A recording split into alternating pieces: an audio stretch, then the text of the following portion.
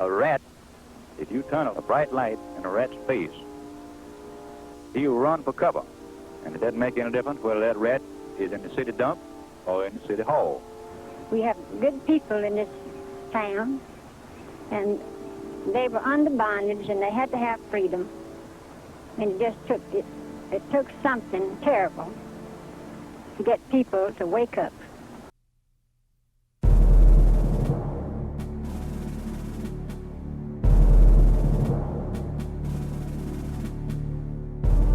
Phenix City was like a poor man's Las Vegas. It was run by the local mafia. If you lived there, you just pretty well had to accept it. They controlled the entire political apparatus of the city, from the sheriff to the mayor to the jury box. To clean out this organized crime, I am making a sacrifice to seek this office. When Albert Patterson got killed, the entire state had been attacked. Somebody had to pick up the pieces, and I was the logical fellow to do it. He said to himself, my father didn't die in vain. He died fighting this mob, and I'll do the same. There was not the remotest possibility that Phenix City would go back to its old ways as long as Patterson was either Attorney General or Governor. And John Patterson saw this as an opportunity to practice the original sin of the South, to use race in politics.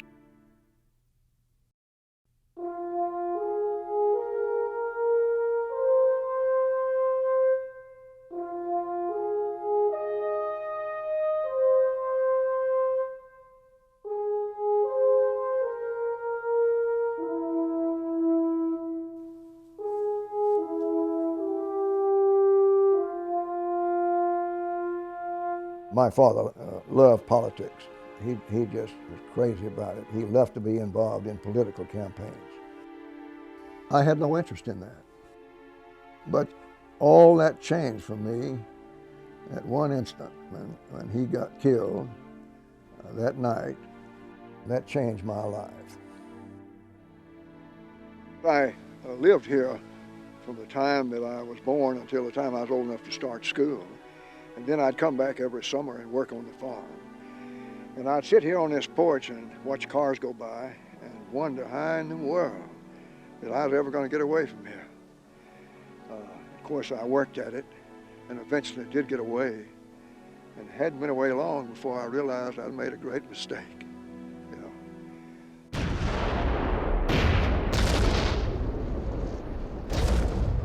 My father was a crippled man from World War I. He was determined to overcome his disability. He went from 2 crutches to 1 crutch, and finally to a walking cane, and finally threw the walking cane away. From the time he finished at the University of Alabama up until the time he began to practice law, he was a school teacher and high school principal, and Mama taught school too. Wherever they were teaching, I would go to school where they were living, and in the summers I'd come back to Goldville while they would usually go to further their education. It was hard for him to make a living, hard for everybody to make a living at that time. Somebody said, why don't you go down to Phenix City?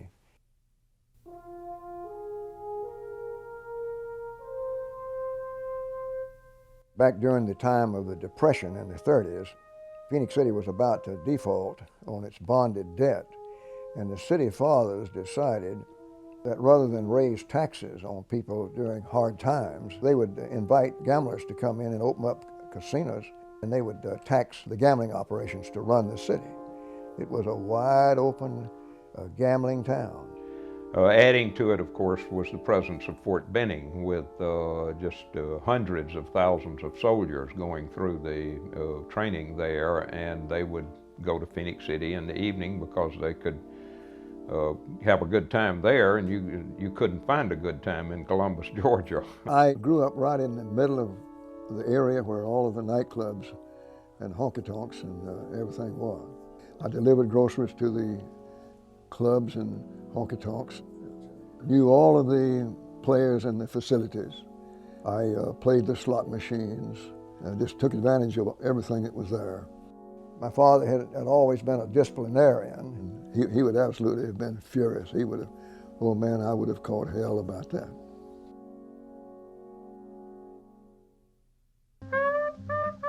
I finished high school in 1939. I wanted to move and get away from Phenix City, and finally decided that the way to do it is to join the Army. It was before the war. I passed the physical and all these things, and then the fellow said, now you got to have the written permission of your father. Well, I hadn't counted on having to go get that, so I went to my father's office and I said, I have something I want you to sign for me. And he read that and he said, John, is this what you want? And I said, yes, sir, that's what I want. And he said, I'll sign it on one condition. And I said, what's that? And he said, that you'll stick it out to the bitter end, come what may. And I said, that's a deal. I'll do that. I stayed with the 5th Field Artillery nearly 3 years. I went to OCS school at Fort Sill, and then to the 17th Field Artillery, which was training just south of Oran in the desert, attached to the 1st Division. Our drive and attack was to relieve pressure on Montgomery's 8th Army. It was very successful in the first few days, and we moved forward and took Gafsa, an oasis, and then moved to El Ghoutar. And just beyond El Ghoutar, we ran into the Germans. We woke up one morning and there was about 100 German tanks out there coming down on us. And it was a wild melee that went on all day.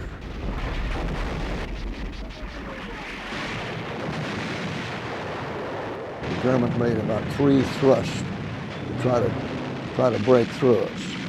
Made their last attempt about sundown, and the Germans stopped and broke it off.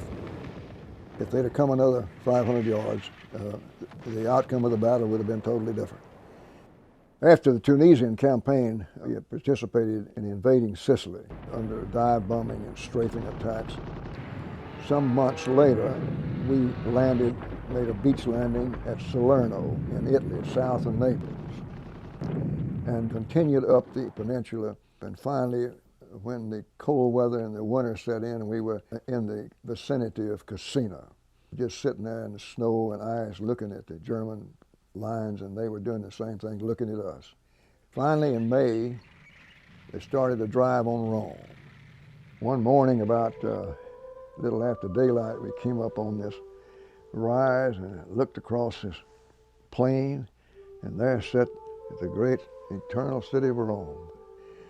I drove over to the Vatican, left my driver in my Jeep, and I walked across this great plaza there and walked into to the Sistine Chapel. There was nobody around. Yeah, it was a sight to see that thing.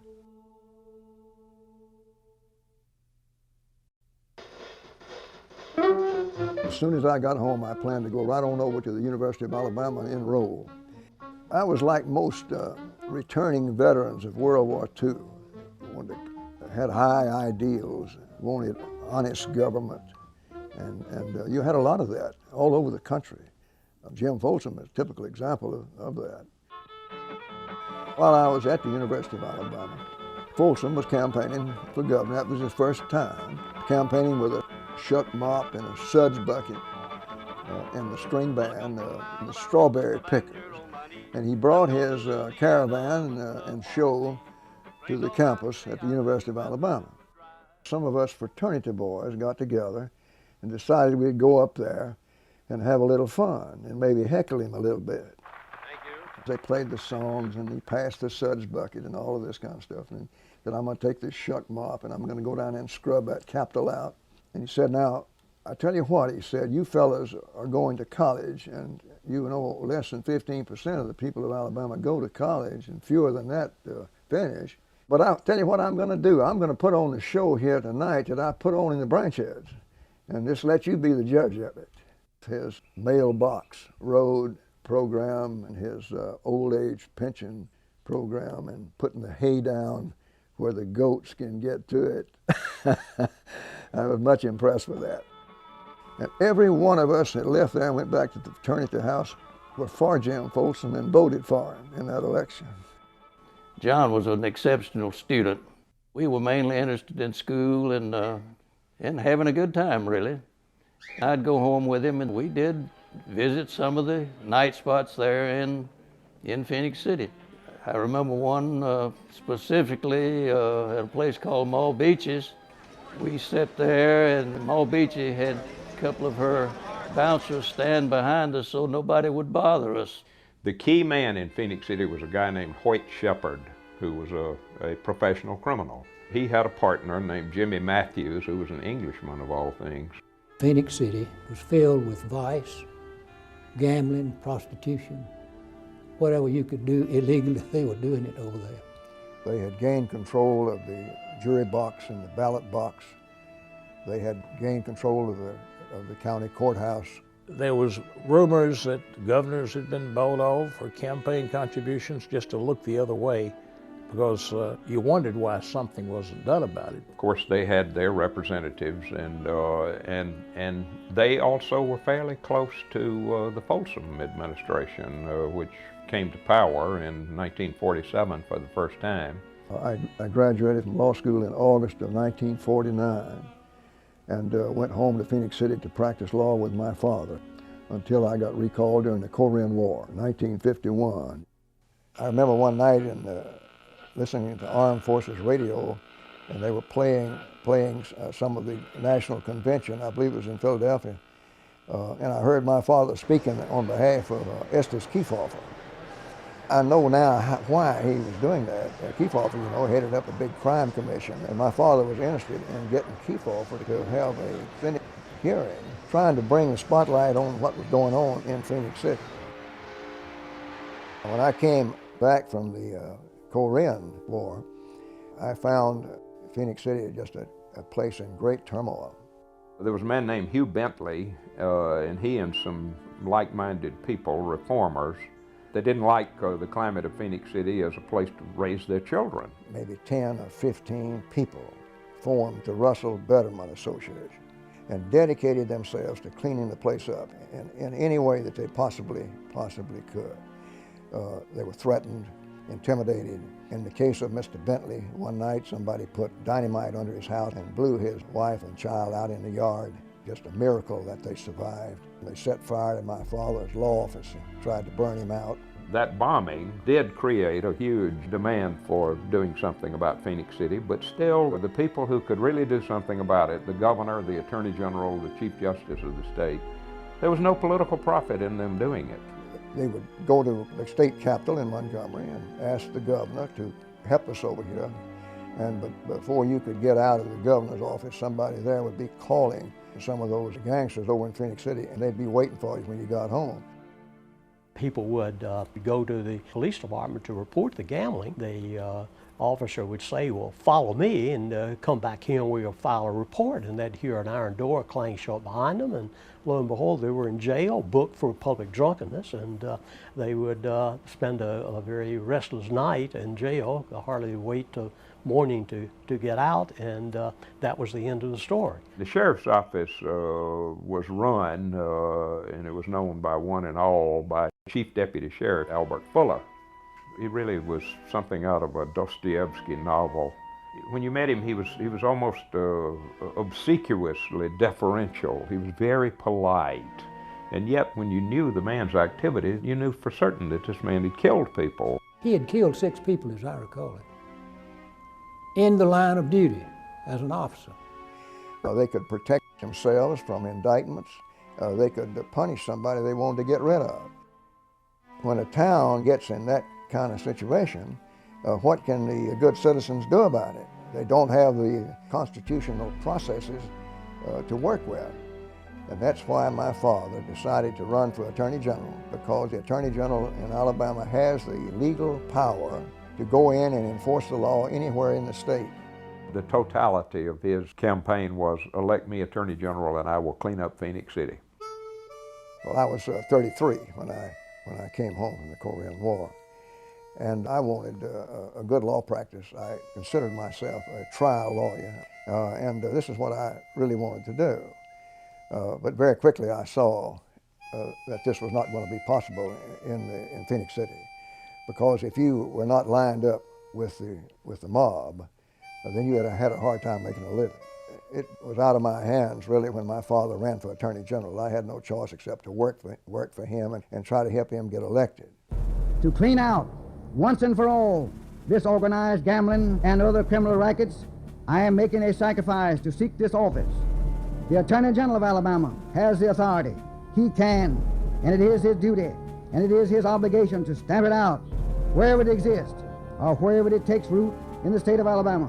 Man, that was a tough race. That was really rough. They rode all over the state, the mob did, trying to beat my father by trying to label him as the mouthpiece of the mob. He would get to the motel at night, wherever he was, and his injured leg would be double the size. He had gone back to a walking cane and a built-up shoe. It's amazing that the man had the stamina, to do this kind of campaigning. On election night, when the early returns began to come in the runoff, it appeared that my father was going to win, but it was very, very close. They rode around over the state with money trying to get election officials to change the returns after the election. When the final tally came in, they hadn't stolen enough, and he had won statewide by 1,400 votes. Well, after the vote was counted and Mr. Patterson had won the primary, that's when things started happening. And they really started with a grand jury in Birmingham. He had powerful evidence of vote fraud in his own election, and he was going to get a bunch of people indicted. He had made a statement in a couple of places that his chances of living to take office were, 100 to 1 against him or something like that. I personally didn't take that seriously, and of course we should have.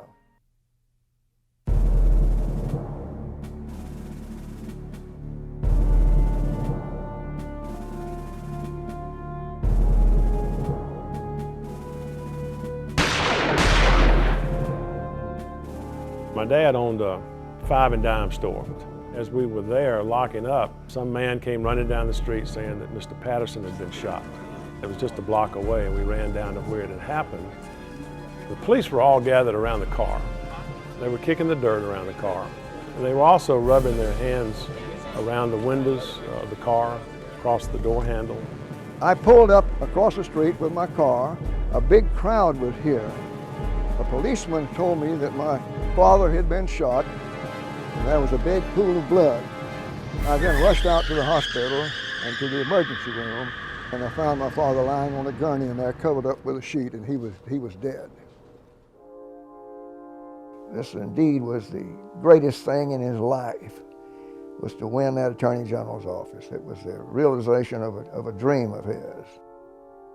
And then to have that thing snatched away from him just as he won it was a very sad thing.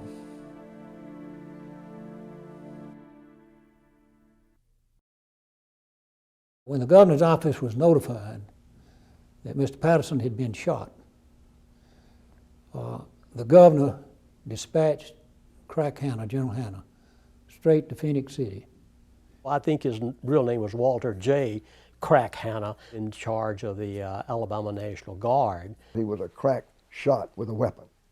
It was built like a fire plug, and his very presence just inspired confidence. Pop says, get up and put your uniform on. And so he said, we were going to Phenix City, and you know how to get there? And I said, yes, sir, I know how to get there. So he said, don't stop for anything. I said, don't stop for anything? You mean, red lights? The kid that's almost 18 is thinking, wow, this is going to be a blast. But what's going to happen when we get stopped, General? He said, don't worry, I'll take care of it. So we made a pretty quick trip down there. General Hanna said, let's look around, see what's going on. So we started riding around, and nothing's going on. The place is dead as a doornail. There's 2 bridges from Phenix City into Columbus, Georgia, and most of them were kind of lined with these joints where I assume the soldiers went. And there did seem some activity in one of them, so General said, pull over here. So we're standing there, and General Hanna's over beating on this door.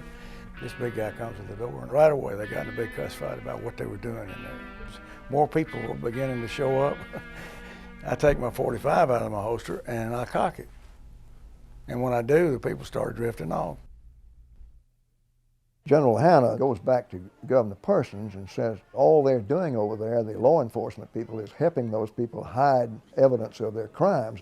and you're going to have to declare martial law and give me the authority to bring in the National Guard. Otherwise, it's not going to be cleaned up. Governor Persons was reluctant to issue a proclamation of martial law. That's understandable. That is a very extreme remedy.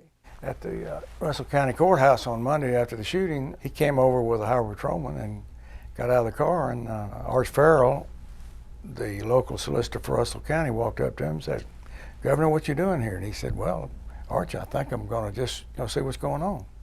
And Arch said, "Well, Governor, when we need you over here, we'll call you." So the governor left. It pointed out to me that the governor, as well as all the other officials, were really afraid of these people.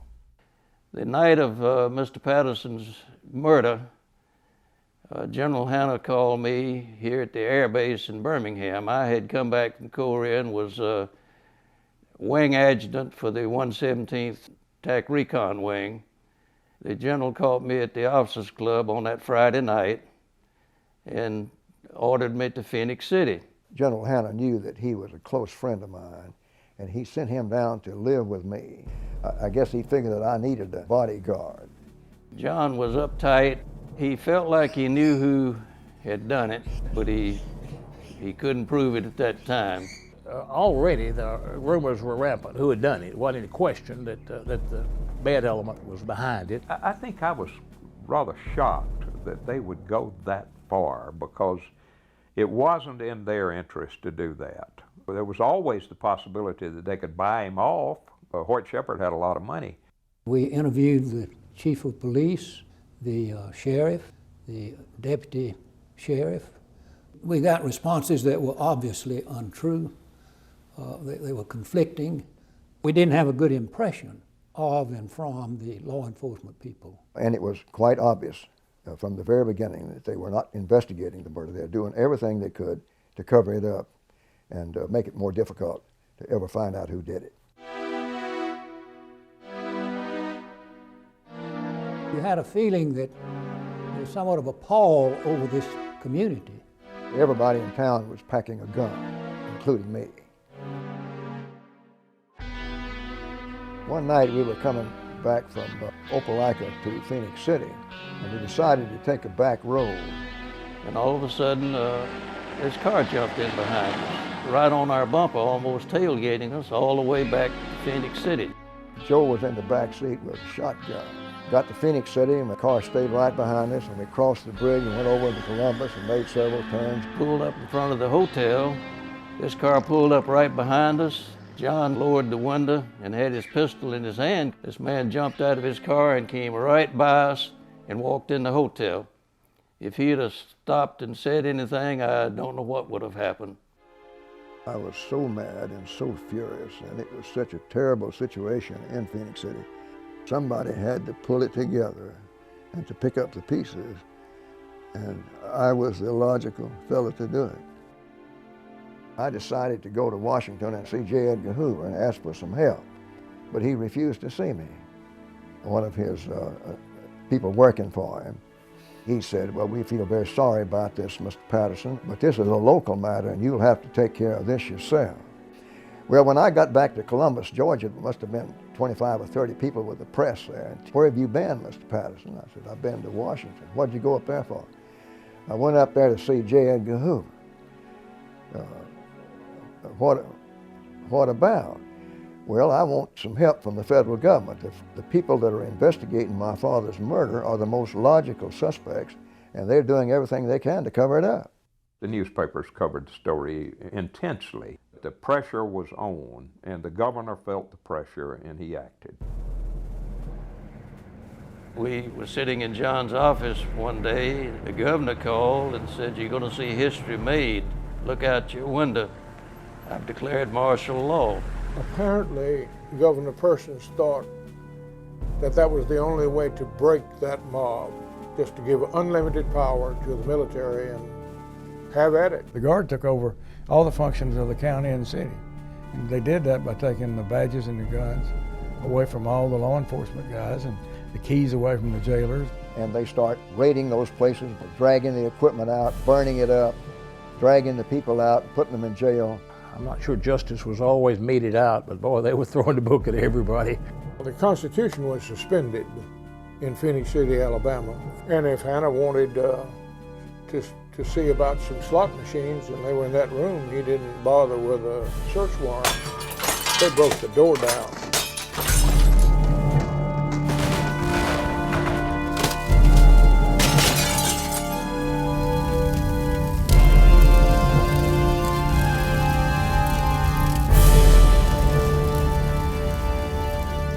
General Hanna, in a matter of several days, just cleaned it out. Just cleaned it out, lock, stock, and barrel. I really thought the hoodlums were bullies, and once they lost that ability to push people around, they kind of faded back into the woodwork somewhere.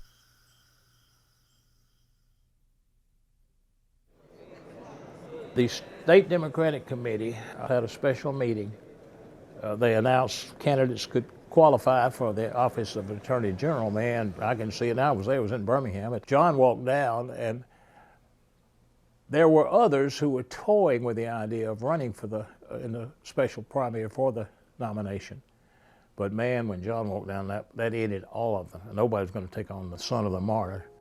I got involved in the Attorney General's thing really with great reluctance. I didn't really choose that kind of life. But after he got killed, something had to be done about it. I really believe that the desire for revenge is one of the strongest things about a man is revenge for wrongs that have been done him. And I felt that way about that. I was really mad. The centerpiece of that term of office was, of course, first of all, cleaning up Phenix City. My concern was to see to it that the cleanup continued until it was finished, until it had wiped it out, and also to find the people that killed my father and to see that they were prosecuted. When martial law was declared and the presence of the military was seen, it just liberated that community. They became themselves much freer, willing to talk. Hoyt Shepherd kept a pretty low profile, but he called me aside one day. Says, an awful lot of people are saying that I gave the orders to kill Albert Patterson. Says, well, whatever you may think of me, I'm more intelligent than to kill that man in the manner in which he was done. And on top of that, think about this. Why would I want to do something that would endanger my whole being? I think that very first day, we were advised that Cy Garrett, who was the Attorney General, was in Birmingham, and he and Arch Farrell had a telephone conversation at approximately or about the same time as the shot that was fired that killed Mr. Patterson. Somebody just fortuitously gave us that information. So we were given an alibi before we had even established a corpus delicti. Arch Farrell was the state prosecuting attorney in Phenix City. Came from a prominent political family of the county. Farrell had a hot temper. It got in fights and things. And he said on a number of occasions that he hated my father and wished he was dead. Farrell was involved in the rackets and was reputed to be possibly the head of the whole operation. Cy Garrett was the Attorney General of the state and a brilliant man. Unfortunately, he was mentally ill as well. Garrett and Farrell and 2 or 3 others had been caught stealing boats in Birmingham. I had an uncle who was a night manager of the Moulton Hotel where this was done. They ordered drinks up to this suite. They were all drinking, And so he goes up and serves these people in the suite, and he observed them altering the recapitulation sheet. That's how arrogant and brazen these people were. My father had said in a number of places that he was going to Birmingham the following Monday and was going to appear before the Jefferson County Grand Jury. Garrett and Farrell were facing indictment for boat frauds, disbarment, loss of office, serving time, but terrible embarrassment to their families for what they had done. And if they got rid of Patterson and Porter, their candidate, became Attorney General, he could take over the grand jury, dismiss the indictments, and save them. The telephone call was an alibi for Arch Farrell and Cy Garrett. And the records of Bell showed that that telephone call did in fact exist and lasted over the period of time that Mr. Patterson was shot. My theory is that Garrett says, we've got to stop him from coming to Birmingham on Monday. And at this, Farrell looks across roughly 200 yards, and he could see the light on in Patterson's office. He had been to Montgomery that day. He came home. He went to his office. About 9:10 p.m., he came down the steps, and as he opened the door and came out on the sidewalk in front of the Coulter building, he was with Albert Fuller, the chief deputy sheriff. They walked together, talking, around to Patterson's car, which is parked in a little alley, slightly off the street, but not far. Fuller and my father were joined by another man, identified by the witnesses as Arch Farrell, the district attorney. Patterson had this rather abrasive personality, and I can easily hear him saying something to the effect, I'm going to Birmingham Monday and get you sons of bitches indicted. Farrell just goes berserk, and he jerks out Albert Fuller's pistol. 4 shots rang out.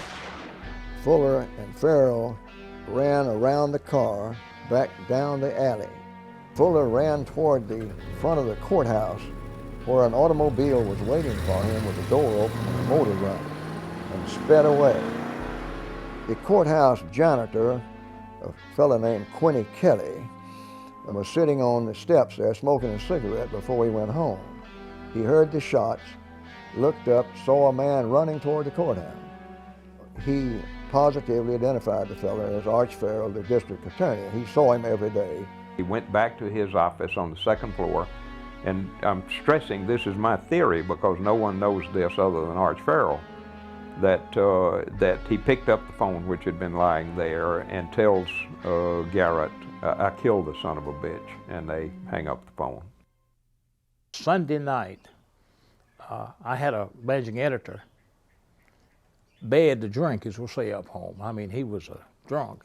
We had a dinner with Arch and Cy Garrett, the 2 men who even then were being accused of it. Arch was drunk. He stood up in the booth and said, I'd do anything this man asked me to do. And I've read it as almost an admission of guilt, that he was responsible for the murder of Patterson.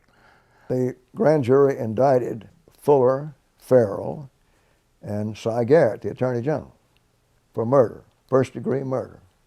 Garrett fled the state to Galveston, Texas, where his family had checked him into an insane hospital, where he stayed beyond our reach for 9 years. I tried every legal maneuver I could possibly do when I was Attorney General to get him back, and I failed. The first case tried was the Fuller's case. Willie Painter was a state investigator who was ordered over from Montgomery to lift any fingerprints that might be on the car. He didn't find any fingerprints on the car itself, except it was an Oldsmobile, and there's a little chrome visor over the quarter window, and underneath this chrome visor, he lifted a thumbprint, right where Fuller had his hand, according to the witnesses.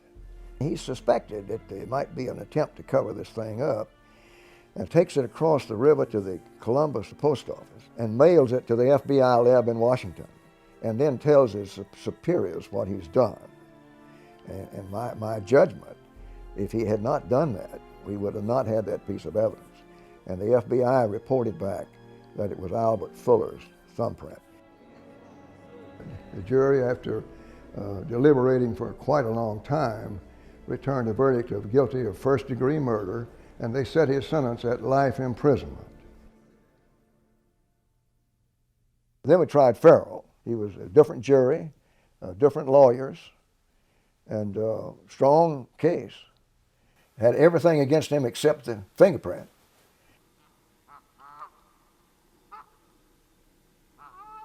The jury was out. I was at a banquet. I think Joe Robinson passed his note up to me that Farrell had been acquitted. And I sat there a few minutes trying to compose what I was going to say when the press asked me about Farrell's acquittal. I think the evidence against Farrell was very strong. We've sent a many man in Alabama to the electric chair on less evidence than that. And I said, a man is never acquitted at the bar of his own conscience. And that was it. That was it. I never said another word about the Farrell case.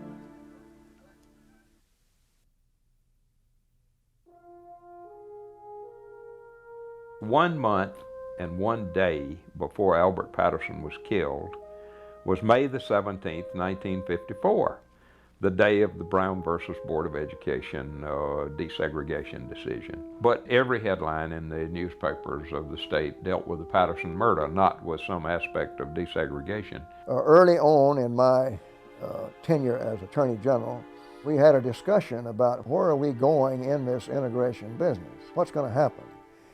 And anybody who had any legal sense and who would be honest with himself could see what the ultimate outcome of that thing was going to be. And we came to the conclusion that the logical course to take now is a delaying tactic to give people time to adjust to change, and so that the changes could come about without violence. And from my perspective as a lawyer, I felt that the proper place to fight these battles were in the court. In the courts, and not on the streets in a violent manner. And I knew there would be nothing that we would do or clients that I would represent that would precipitate that type of reaction. When Jim Folsom went into office, he resumed what he had done in his earlier governorship, which was to register a great many black people. We had more blacks registered per capita in Alabama than any other southern state, and it was because of Big Jim. I can't think of another single southern governor who was as far out in front on the race issue as Jim was. But there was a lot of corruption in the Folsom administration. I mean, you know, really serious corruption. He had appointed some people to head up some of the departments that were not obeying the law. You know, 10% of every state contract was skimmed off to go into somebody's pocket. I had people coming to me at night and bringing me files out of the finance department and things like that, clearly showing violations of the law. What do you do? You got to do something about it. When he did what he did, going after Folsom, it was something all attorney generals in this state have tended to do. But I think with Patterson, he was also disappointed that the Folsom administration, which was largely populist in orientation, had wasted opportunities. He really, truly wanted to improve the lot of the poor people in Alabama. And ironically, in many, many respects, John Patterson was exactly the same. He was very much on, quote, the people's side of things. He attacked loan sharks and their 1,000% rate all over this state. He did a wonderful job of attacking some outlaws. And the outlaws, the loan sharks, were preying mostly on black people. But I made a real effort to stamp out organized crime in Alabama. I mean, when they got to having elections again in Phenix City, I'd empty out my office and send them to Phenix City just to make sure we had clean elections over there. Because most cases where you have an organized criminal syndicate like this, they'll come back. Do you believe that the so-called machine, the threat, still exists in Phenix City? I'm sorry to say that it does. It will be sometime, apparently, before it will be completely eradicated. At the end of 1955, a significant event occurred when Rosa Parks refused to give up her seat on the Montgomery bus and set off the Montgomery bus boycott. And the following year, the University of Alabama was integrated very briefly for the first time. This created huge alarm. Now the attention shifted away, had long since shifted away from Phenix City, and the race issue had become the dominant issue in Alabama politics. I wanted to keep a lid on Phenix City. I wanted to make sure that that never came back over that. And John Patterson saw this as an opportunity to to practice the original sin of the South, that is to use race in politics. Next thing I know, we're in the governor's race. It just evolved. Jim Folsom was, in the eyes of many, soft on segregation. His political career was destroyed by his, quote, liberalism on the race issue. John could see the lay of the land politically, that you better get right on that issue in a hurry, and he did. There was no indication at all that he personally had any animus toward black people. In fact, I know that. He was simply taking the position that this is going to be an issue, I've got to deal with it, and I'm going to make it my issue. We argued the case against the NAACP in the United States Supreme Court today and yesterday. We feel like we have a very strong case, and we feel like we're going to win it. It was suggested to me one day, I think by Governor Allman of Virginia, that the NAACP Incorporated was a New York corporation, and if it had not complied with the domestic corporation laws of Alabama, then they could be ousted from doing business in Alabama, and it might take some pressure off of us in Alabama.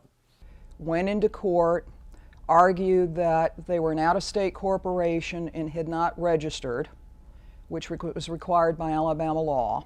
He was upheld by the courts when he sought an injunction against them. He then also went into court and asked that the court order the NAACP to turn over all of its membership records so you could identify who was a member of the NAACP within the state. It refused to do it, had to refuse to do it.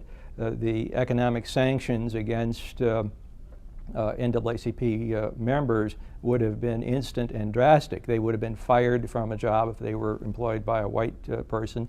If they were employed by in a black business, the black business would suffer. I think it was a vehicle for him to get to be governor. And then he continued to do it when he ended up filing his lawsuit here in Tuskegee the next year to make African Americans trade with merchants downtown when they passed Act Number 140, which put all the blacks out of the city limits to keep them from voting. We had a statute at that time that prohibited and made it a crime to conduct boycotts of legitimate businesses. And we brought a suit to enjoin the Tuskegee Civic Association from boycotting those merchants. His injunctions didn't slow down the civil rights movement. What it did was probably change some of the tactics that were used, bring other organizations to the fore. Most of these things, in particular trying to go after the NAACP, were knocked down by the U.S. Supreme Court, but it scored him big political points. I wish to announce that I will be a candidate for governor in the coming election. I will see to it that the schools have adequate funds and the teachers adequate pay. I will increase the old age pension so that our elderly citizens will have enough to live on. I will stamp out graft and corruption in our government, and I will wage a continuous battle to keep troublemakers and agitators like the NAACP out of this state. My theme song was Wabash Cannonball. I liked the idea of a bluegrass band, so I picked Reed Gosden and his Sunny Valley Boys. I think Patterson's appeal was that he was honest, a cleanup guy, you know. See, he cleaned up Phenix City and he'll do that to Alabama. The law violators, the racketeers and gangsters of this state are riding over Alabama, working against John Patterson in this governor's race. The courthouse crowds and City Hall people were not for me. The big mules, they were not for me. I tried to get their support. And I got up before them and told them, if you would get up the money and support me, we can have an administration. It's not answerable to anybody. They can do what's right. God, I must have been a naive fella to do that, because I was talking to folks that didn't have no idea in the world they wanted anything like that. The only money we had to run on was in the trunk of the car I was driving that we collected when we passed the pot around. Who is for Patterson? This question was asked at a strategy session. Someone says, well, George Wallace has got labor behind him. Jimmy Faulkner has got the Chamber of Commerce behind him, and so on. Well, who does Patterson have? Someone says, well, nobody but the people, and it became the slogan. And it was a very effective slogan. It was ridiculed by the papers who had the election sized up entirely wrongly. I think the entire state was fascinated with how he came to office and what he'd done and how he'd acquitted himself after becoming Attorney General. One newspaper commented cruelly but accurately that the only person who could have defeated John Patterson in 1958 was someone whose mother had been murdered in Phenix City. Shortly after my father's death, they filmed on the site where everything happened. They had the grand premiere at the Phenix City Palace Theater. In the film, Richard Kiley played my role, and he beat up, had fights, fist fights with the gangsters, and people would come up to me out on the campaign trail and say, what do you think about the movie, John? Well, I only have one criticism about it. They underplayed my role. Helped it, of course it helped it. Gosh, yes, that thing was playing everywhere, and of course more fiction than fact, but what the heck. It became evident very quickly that the people were more interested in discussing segregation in the public schools than they were in any other issue. And if you were perceived to be weak on that question, you were finished, and you might as well go on home and forget it. That was the issue. I mean, this was the 50s, man. It was a courted rule, and folks were demonstrating and boycotting and all this. No, it was the only issue. I was perceived to be the strongest. I was the Attorney General. I was filing suits. My name was in the paper nearly every day. Today we are under attack here in the state of Alabama, under attack by forces like the NAACP and other race-agitating organizations, the federal courts, the present administration in Washington, certain northern politicians who are using Alabama as a whipping post. We can't compromise on this race question. We can't back up another step. We are going to keep backing up and backing up until we get to the edge of the cliff. His main opponent in that race was George Wallace.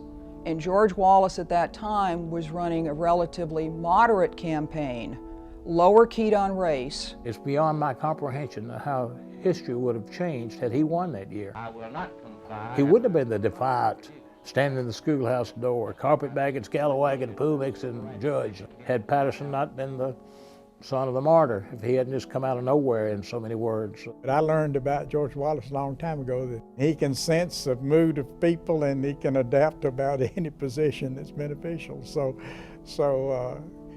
it's only conjectural about what it would have been like if he had won in '58. The big problem in that era, anybody who wanted to get reelected, anybody who was ambitious, seemed with time to turn to race and use the racial issue.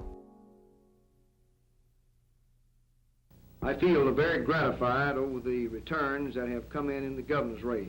Come election day, the first primary day, roughly the early May of 1958, John Patterson emerged as the top vote getter, to the chagrin and surprise of much of the establishment of Alabama, in particular the newspapers.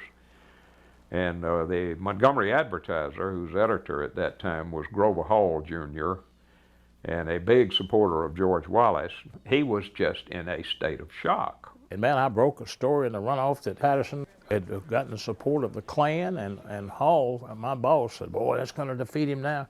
He had written a letter that I got a copy of to Bobby Shelton, thanking him for all he had done for him, and boy, Shelton was the grand dragon of the Ku Klux Klan, Knights of the Ku Klux Klan of Alabama. He went to the lady that ran the Tuscaloosa office. She was authorized to write a form letter. I understand that you were for John Patterson for governor, and I appreciate that. And the first opportunity, I'd like to meet you, and so forth. Well, he gave her a list of the Ku Klux Klan of that area, and she sent out the form letter and signed my name to the letter to these Klansmen. And of course, it wasn't, I guess, before dark. One of them fell into the hands of George Wallace. And I got a phone call, and if my memory's right now, it was Bob Ingram that called. Mr. Patterson, do you know a Bobby Shelton? And I said, well, no, I don't know a Bobby Shelton. Thank you. The next morning, in the Montgomery Advertiser on the front page, there was an editorial giving me the devil for having the Klan supporting me, and then reproducing one of those form letters where I refer to Bobby Shelton as our mutual friend, and then me denying that I knew Shelton, all in the same front page article. Boy, it was terrible. Oh, that's front page, and this is it. We're going to turn this election around, and crap, the stock went up. I remember George Wallace denouncing Patterson for taking Klan support, although he added, I don't mean to be saying that all Klan people are bad. Everywhere I went, people would rush at me, stuff $100 bills in my pocket. And women would, grab a hold of you and cry. And you could tell that you were going to win. I mean, I couldn't see how anybody could beat me.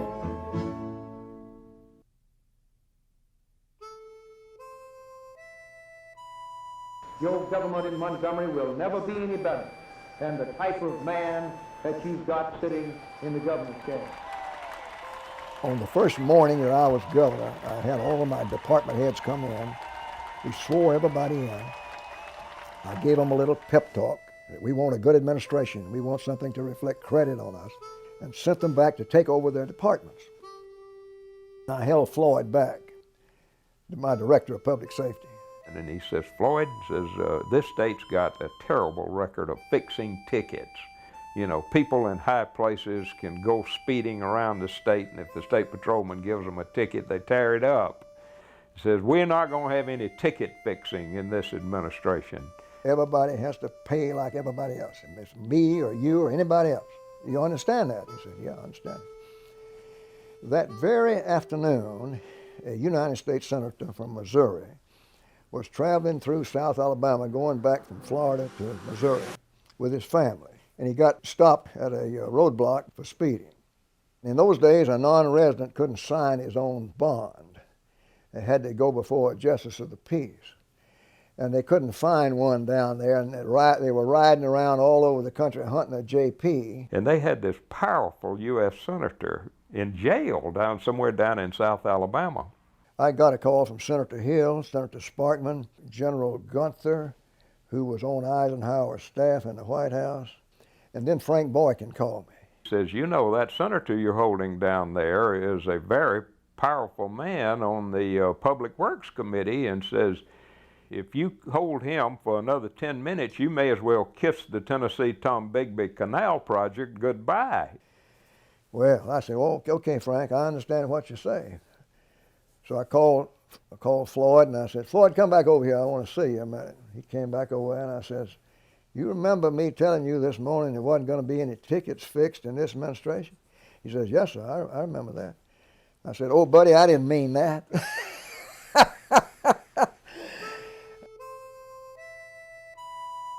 I covered him as governor. I was city editor of the paper then. And his programs were good. He probably was the most progressive governor, and Alabama has a record of progressive politics. One of the very first things he tackled was the education, funding of education, which had been just scandalous. He listened to the educators who were telling him that the schools in the K through 12 were in desperate need of money, that they were going to lose accreditation, and many had lost it.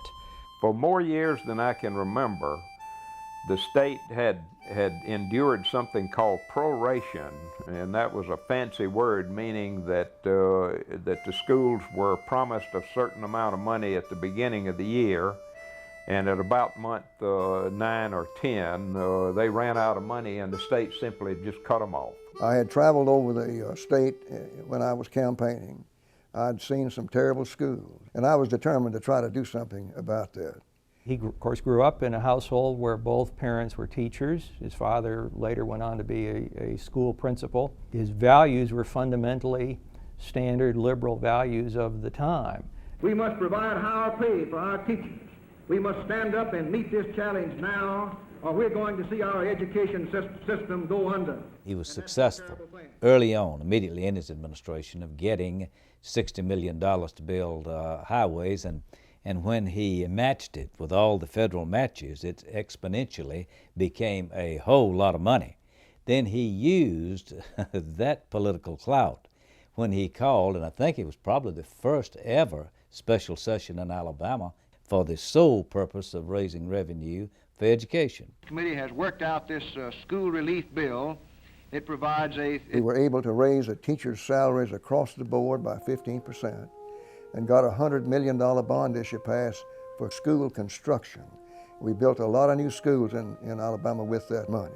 He had proration during the first year, at least the first year of his administration. But after John Patterson, it never happened again. He put the schools on a sound financial footing. In his gubernatorial campaign, Patterson also stressed his positive feelings for labor unions, and he followed up on that as governor.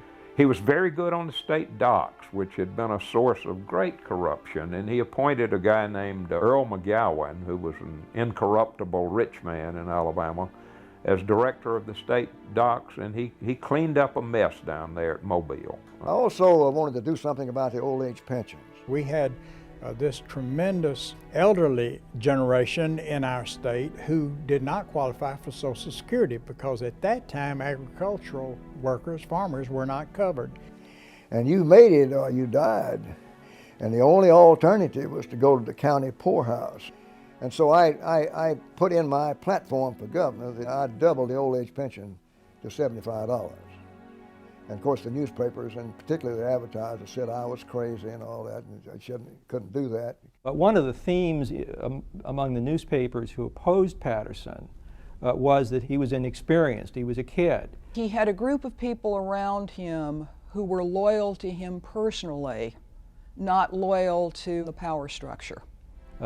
All of Patterson's people, including Patterson, armed with guns and shoulder holsters. I mean, that was just a way of life with John, that there were people out there wanting to harm him and his friends and his family, and all of them wore dark black suits, and they looked as bad as the bad guys, if you know what I mean. But I hadn't finished what I wanted to do in the law enforcement field. We hadn't completely wiped out all the organized criminal activity in Alabama. I don't want to ever have to live again in a town where I have to carry a pistol downtown when I go to work, or where I have to worry about somebody poking dynamite up under my house where my wife and children are sleeping. There was not the remotest possibility that Phenix City would go back to its old ways as long as Patterson was either Attorney General or Governor. And he made it clear that that was not going to happen. They didn't even attempt to. He was a very good governor in terms of administration. But the problem is that he was laboring under a curse. He had run as the strongest segregationist candidate, and he had to fulfill, he had to carry through on his promises.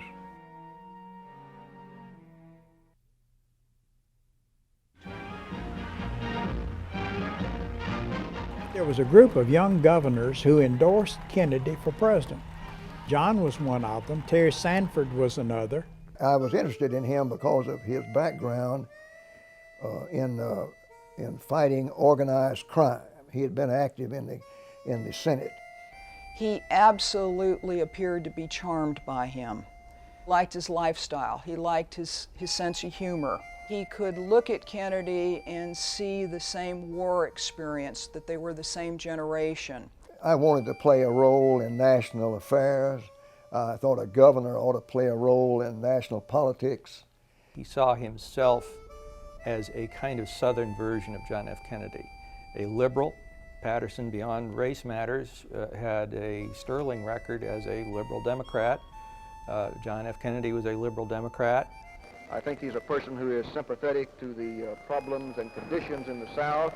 I think he's a man who will work with us down here to help us solve these problems instead of working against us, as has been the case in recent years. Well, the first thing he had to get the nomination, and he had to get that by a vote of the delegates at the Democratic National Convention. We certainly haven't made any definite plans about the convention yet. I'm seriously considering going out there myself. In Alabama, the delegates are selected by popular vote. So we went around and recruited people to run for delegate. I remember one candidate, there was a truck driver for an asphalt company up here in Gadsden, that had the same name as a very popular former governor, Frank M. Dixon of Birmingham. So we waited to the last minute and qualified that truck driver on the ballot, Frank M. Dixon, because everybody in the state thought that was the governor, see, and he got elected delegate to the Democratic Convention by an overwhelming vote. Convention fever grips Los Angeles, where the Democrats convene. And it was tough, and we had to adopt a buddy system out there to live with these delegates and not let them get out of sight until they could get them there to vote for Kennedy. Well, when the time came to vote for the president, we had 14 votes out of 36, and Johnson had the majority. And really, people just didn't want to vote for a president in who was a Catholic in Alabama. It was just terrible. Robert Kennedy was the floor manager, and he came over to me just before we got ready to ballot. We went alphabetically in those days. Alabama would be first. He came over and said, how many votes you got? I said, I have 14. He said, cast 4 on the first ballot. I said, why? He said, well, when we go all the way through and don't get the nomination and come back and start over, go to 14. That shows a trend or a shift in favor of Kennedy. And I said, well, I don't know whether I can do this or not. These people are going through hell to get out here. Now I'm going to ask them not to vote, for Kennedy.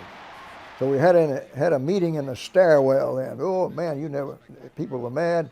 But I finally convinced them to vote for somebody else except for 4 of them on the first ballot. And they told me, he said, now look, is the man going to know that I was here and ready to vote for him? And I said, oh yeah, I'll take care of that, don't worry about that. Well, he got the majority before they went all the way around when Wyoming cast its vote. So Alabama never got a chance to vote again so that they could shift to 14. And some of those fellows stayed mad with me all their lives. That I will be worthy of your trust. We will carry the fight to the people in the fall, and we shall win. Supporting him was a risk, being a Roman Catholic, which was a huge issue in the South at that time.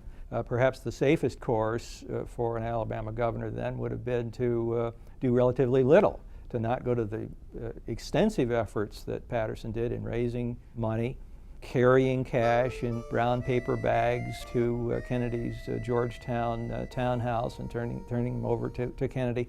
All of this required considerable effort. In retrospect, you had to think it was a mistake.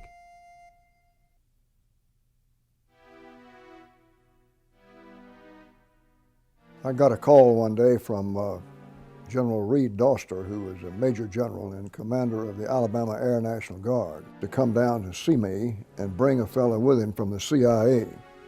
They wanted to meet me at the governor's mansion instead of coming to the Capitol because they didn't want anybody to see him. The fellow from the CIA told me that they were fixing to train some Cubans to invade Cuba, and they wanted me to agree to let them recruit some people to help them out of the Alabama Air Guard, and also to use the equipment, the B-26 bombers principally. That was the type of equipment that the Alabama Air Guard used at that time. The reason they were going to use the B-26 was because that's what Castro's Air Force had, and they wanted it to appear that, that his own Air Force was going after him. The Alabama Air National Guard was one of the last units in the military to use that airplane. So we were a reservoir of qualified people to train the Cubans. When President Eisenhower was in office, I asked him, I said, well, does the old man, referring to Eisenhower, does he know about this? And this fellow assured me that he did. They recruited altogether several hundred people. They promised they would not get involved in the combat itself. They would not fly combat, and they would not get involved in combat missions. They would only be in a training mode down there.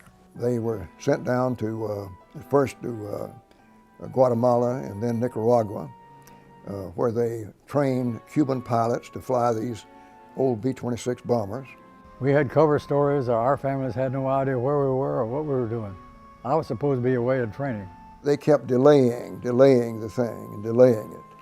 Well, I got deeply involved in the Kennedy-Johnson campaign for president. About, I guess, a month before the election, Doster came in one day to Montgomery and told me, he said, now any morning now you're going to pick up the morning paper and the headline is going to be, "We've invaded Cuba." I got to thinking about that. I realized the election between Kennedy and Nixon was very close. And he thought that Nixon might be trying to kick this thing off before the election so that he could use it in the election. And if it was successful, it might affect the outcome of the election and swing the election to Nixon. I didn't know whether Kennedy knew about it or not. I called in New York and asked to see Senator Kennedy. Well, I was told to check into the Barclay Hotel, and he would come to my hotel room, and at 10 o'clock he knocked on the door, and he came in, and he and I sat down, just Senator Kennedy and myself. And I told him, I said, now I'm going to tell you something, and you've got to promise me you're never going to divulge this to anybody. It might cost people their lives if it got out. And I told him about what was going on down there.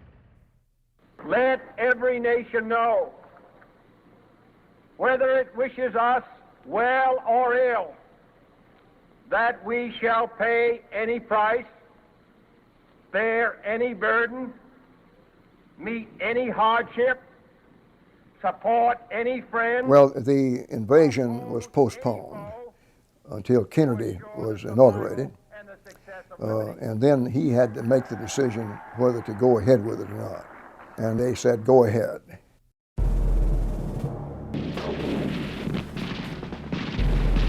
On the third day of the invasion, Castro's forces began to throw the invaders, the Cuban brigade, back toward the beach. And in an effort to try to save the beachhead, a decision was made to fly a napalm strike. I had been assured that no Alabamians would be committed to any action. The Cubans were physically exhausted and emotionally destroyed. They knew the invasion was going bad. We were getting messages out of water, out of ammunition. The Alabama Air Guard volunteered to fly the last mission on the beach, and 4 of them didn't come back. The next morning, everybody ran under rocks and started hiding and denying they had anything to do with it. President Kennedy went on national television and claimed he didn't know anything about it. We couldn't get anybody on the telephone, and here we were with 4 Alabama boys not coming back. It was a very bad situation. What right did I have to do this? What right did I have to use the Alabama National Guard to get engaged in something like this? When the President of the United States asks you to do it, do you do it or say no?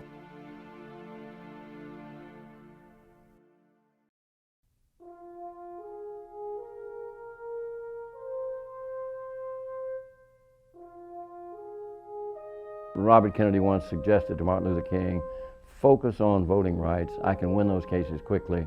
King's answer was, look, I must confront the evil wherever I find it. And dramatizing the evil is important because I must expose it not only to the local community, but to the nation and the world. Publicity started in the wire services and in the newspapers that a group of people were leaving Washington and were going to travel south on buses to test federal law requiring that everybody be treated equally in bus stations. And they went through Virginia and the Carolinas and Georgia. I think there had been one incident in Rock Hill, South Carolina, where John Lewis was arrested for trying to go into a white-only bathroom. When they came to Atlanta, Floyd Mann, my director of public safety, and I decided to send an undercover state investigator to catch that bus and ride with them. Eli Cowling, I believe is his name. I talked to Floyd Mann later about this, and he felt that, you know, putting somebody on the bus might be enough. You know, obviously it turned out it wasn't. The moment they hit Alabama, they were met with violence. First at Anniston, where a bus was burned. The tire is shot out. The bus had pulled off the side of the road. A group of men just surrounded them and started hitting against the bus with clubs. Some kind of an incendiary device shot into the bus, smashed through a window, caught the bus on fire. Cowling came off of the bus, drew his pistol and made everybody get back, and he got everyone off of the bus safely. And when they got to Birmingham, they had another wave of violence. And they beat those people with sticks and the pieces of pipe. They beat them up. Birmingham Police Department had made an agreement with the Klan to give them 30 minutes without any interference to beat up the Freedom Riders at the bus station. Bull Connor's role in charge of the Birmingham police was to do nothing. He said it was Mother's Day, and he gave a lot of his men were off. I don't think the state or anyone was really prepared for what did happen. I don't think anyone, including Floyd Mann, expected as much of a reaction from the Klan and their supporters on that day. The Freedom Riders at that point had not decided whether they were going to continue to try to go by bus. They were really sick and frightened. They voted not to go. Well, early the next morning, I was asleep, and the Attorney General woke me up and asked me if I knew a young woman named Diane Nash. He said, look, she is directing another wave of Freedom Riders to come down. Would you get her on the phone and tell her not to do it? She made it clear she was not thinking about that. Patterson's response was that these Freedom Riders were fools, they were outside agitators. He blamed all of the violence on the Freedom Riders and none of it on the mobs who were actually attacking them. These incidents in Alabama were caused by outsiders who came to this state seeking trouble and did everything that they possibly could to create incidents and breaches of the peace in each place that they stopped. He never himself did anything that was deliberately racially provocative, but he had to react to events that were beginning to get out of control. The president had tried to reach John Patterson, the governor, had not been able to, and the Attorney General had tried to reach him and had not been able to. It was clear John didn't want to talk with him. I don't think the Kennedys wanted the Freedom Riders to come down and cause this trouble. But once they were down here, it was an opportunity for Robert Kennedy and them to make a record, a public record of supporting civil rights. There's no doubt that part of what John Patterson felt was a sense of betrayal. He had given his support early and wholeheartedly to this president. And I think that Patterson thought in some way the Kennedy administration was the architect of freedom rides and that at least the administration was encouraging them. I'd asked Robert Kennedy to send a liaison man down to represent the president and represent the Attorney General. Well, they sent John Sigenthaler, and he came to my office. He had his cabinet in his office.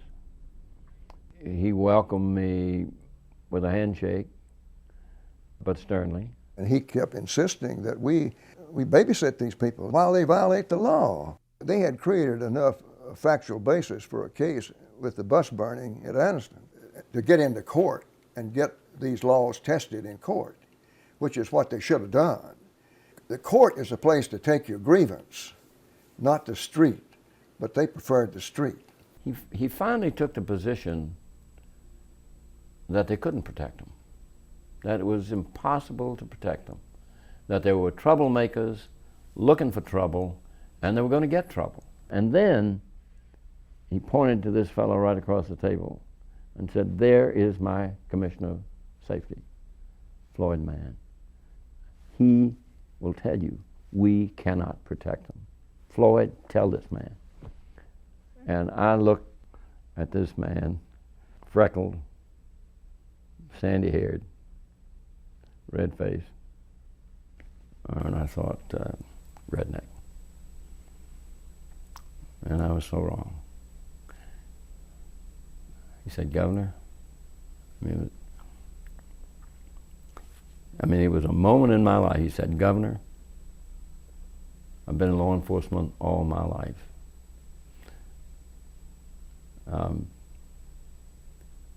If you tell me to protect them, we're going to protect them. The governor was not angered by that. I mean, it was clear that he and Floyd Mann had a terrific relationship. And Floyd said, look, Governor, I've thought it through. We'll have somebody on the bus. We'll have cars in front of the bus, in back of the bus. There'll be an airplane overhead. You tell me to protect them, we'll protect them. Patterson assured him that they would have safe transportation from Birmingham to Montgomery. We put a state aircraft above them, flew above that bus from the time they left Birmingham till the time they came in the city limits of Montgomery. Now, we were assured that by the Montgomery Police Department that they would guarantee the security of these people. But we didn't trust the local folks anymore. And we brought in 200 or 300 state troopers and had them right nearby, near the bus station. And we also had brought in some National Guardsmen and had them in the Dixie Graves Armory near the Capitol. He was very clear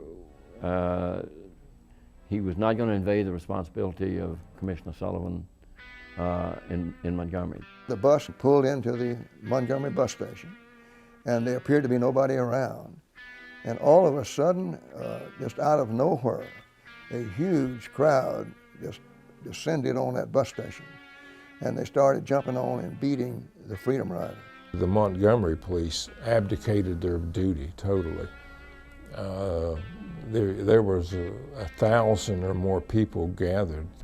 Siegenthaler sees someone beating up a black woman, and he goes over to intervene, and he gets a pipe along his head, and he is in the gutter. Floyd Mann and his assistant, Bill Jones, and my photographer, Tommy Giles, were nearby watching.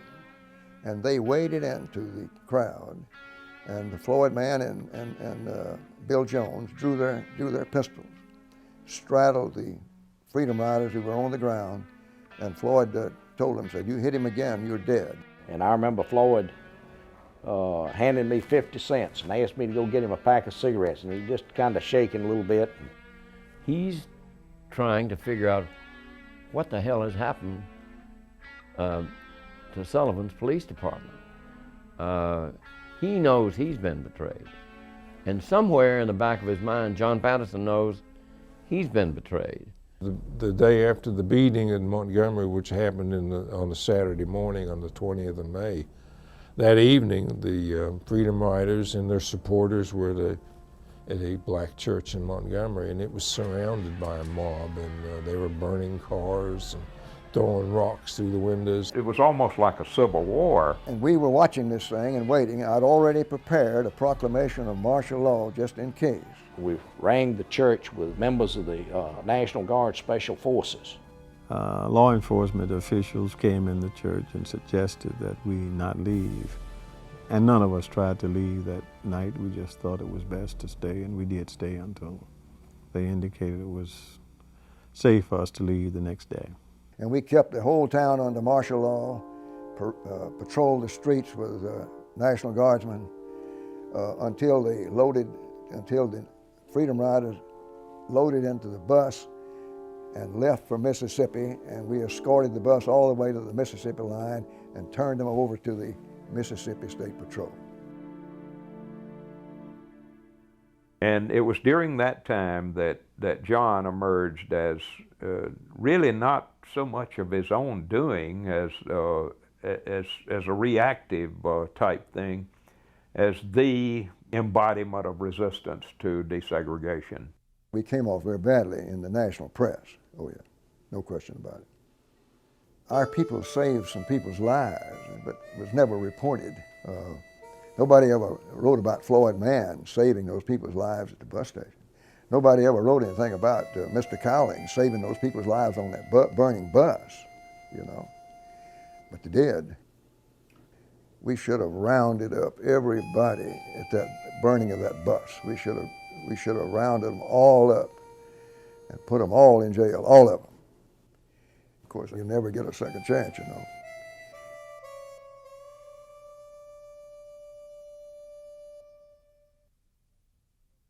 At that time, a governor couldn't succeed himself. You could stay out 4 years and run again.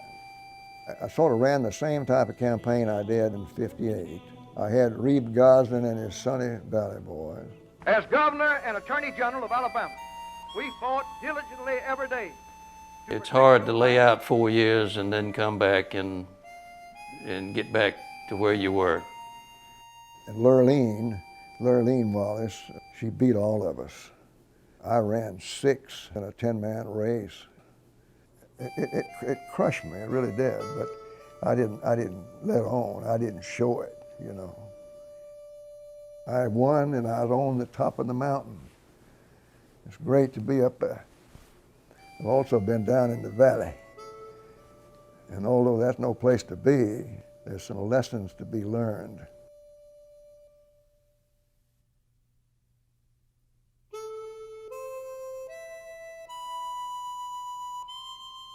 George Wallace, nothing pleased him more than biblically to find the lost sheep. He'd get elected and he would immediately start calling on people who worked against him. And he converted John. He and John became dear friends after all the bitterness between them. I know that Dad was in a position to appoint him to the court, and he was elected himself, a wonderful jurist. John Patterson was absolutely delighted to be appointed and to serve on the Court of Criminal Appeals. I think he has said this, that it was the best day of his life, that it was the highest calling that he was able to serve. He was, in that position, viewed as a very respected judge, very well liked by the people he worked with, not only on that court, but in the legal system of Alabama. And I was on there over 20 years, and I have to say that was the best job I ever had. I enjoyed every day of it, and I miss it, and I love that kind of work. John Patterson has done more things than almost anybody that I can think of in terms of public service and history of this state. I think John deserves more credit than he possibly got in some areas. To a large extent, race and the civil rights issues just overshadowed so much of his administration, and they became the core of what he's remembered for. Governor Patterson's journey, my father's journey, was a journey that the South took. Generally speaking, the people of the South just accepted that institution. Now, clearly it was wrong. He did not have to take the extreme positions that he took defending segregation. Jim Folsom and many other governors in other southern states demonstrated that you could take a more moderate approach without necessarily surrendering to the civil rights movement. He had said on any number of occasions that he was absolutely wrong in what he did, and that was not the proper approach to it. Of course, John Patterson over the years changed, as we all do.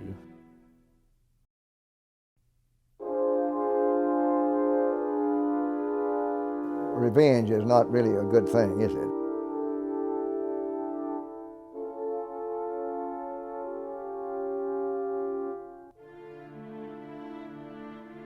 That gave me that motive and drive because I hated those people, I really did. Was it worth my father's life to clean up Phenix City? No, it was not. But we had no choice.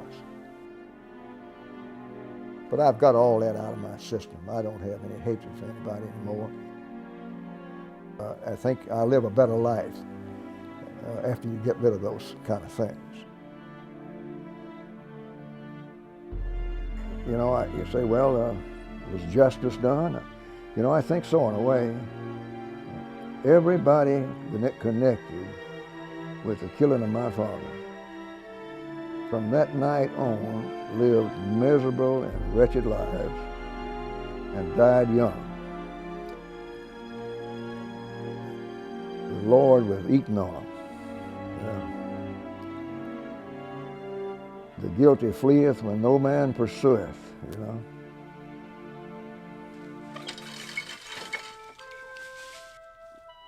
Now I'm back where I always wanted to be, back at the farm at Goldville, where I was born, and I'd like to engage in farming and having a herd of cattle and doing a little traveling, not much, but mostly living here a peaceful country gentleman's life at Goldville. if that's possible.